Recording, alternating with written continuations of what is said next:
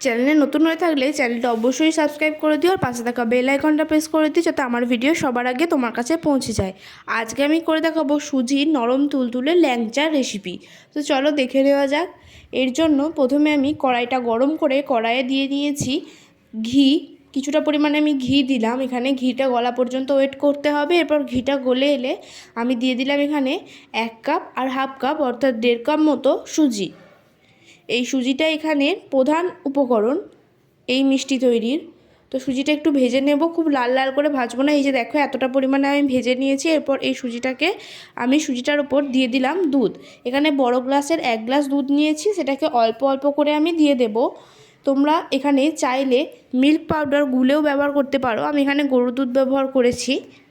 তো এইভাবে অল্প অল্প দিয়ে আমি এটাকে মিশিয়ে যেতে থাকবো, পুরোটা একবারে দেব না। সুজিটাকে এরপর আমাদের মিশিয়ে যেতে হবে দুধের সাথে। এই যে দেখো হয়ে গেছে, অনেকটা পরিমাণে শক্ত হয়ে গেছে এটা।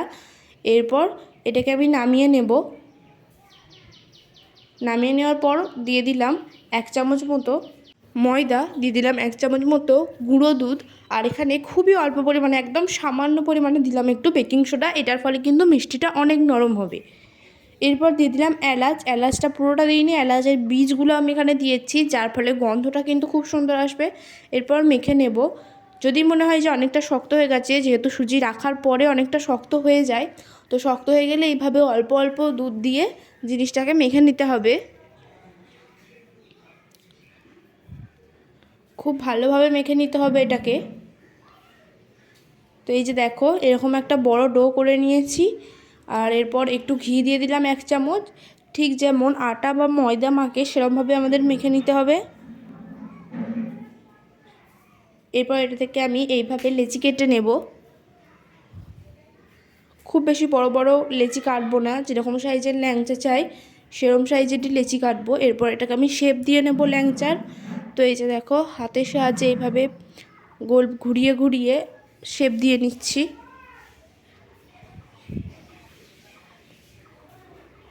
আমরা এতটা বড় সাইজ করেছি, তোমরা চাইলে এর থেকে বড় সাইজ করতে পারো, কোনো অসুবিধা নেই।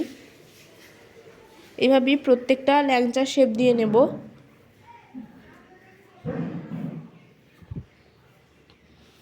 তো এই যে দেখো সবকটা ল্যাংচা আমাদের মোটামুটি তৈরি হয়ে গেছে। এরপর কড়াইয়ে দিয়ে দিলাম বেশ কিছুটা পরিমাণে সাদা তেল। তেলটা গরম হলে আমি এই মিষ্টিগুলো দিয়ে দেব।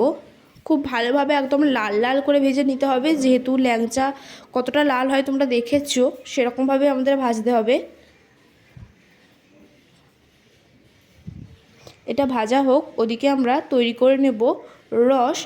ল্যাংচাটা ভেজে যে রসে ডুবিয়ে রাখবো সেই রসটা তৈরি করে নেব। তার জন্য কড়াইয়ে আমি দিয়ে দিলাম জল। এখানে 2 বাটি পরিমাণে জল দিলাম। আর দিয়ে দেব 1 কাপ মতো চিনি। এই চিনিটাকে গলা পর্যন্ত আমাদের অপেক্ষা করতে হবে। দিয়ে দিলাম এলাচ, কয়েক টুকরো এলাচ দিয়ে দিলাম। এরপর এইভাবে আমাদের মিশিয়ে যেতে হবে, চিনিটা গলা পর্যন্ত অপেক্ষা করতে হবে। এদিকে এখন লাল লাল হয়েছে, এটা কিন্তু আরও লাল লাল চাই আমাদের। ল্যাংচার কালার কিন্তু এখনও আসেনি। তো শেষে এই দেখো কত সুন্দর কালার এসে গেছে আর কতটা ভাজা হয়েছে। এই অবস্থায় আমি এই ল্যাংচাগুলোকে তুলে নেব। আর এদিকে রসটা ফুটে এলে আমি গ্যাসটা অফ করে দেব।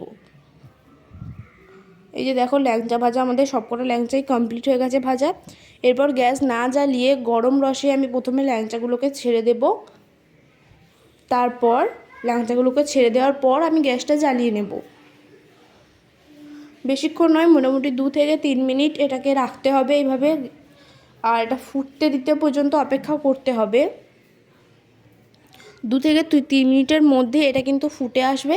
আর সেই সময়ই এটাকে গ্যাসটাকে আমরা অফ করে দেব।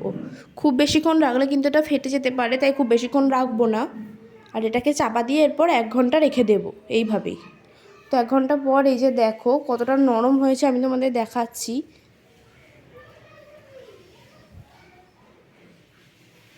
দেখো অনেকটাই নরম হয়েছে খাবার সোডা দেওয়ার ফলে। ভালো লাগলে অবশ্যই একটা লাইক করে দিও।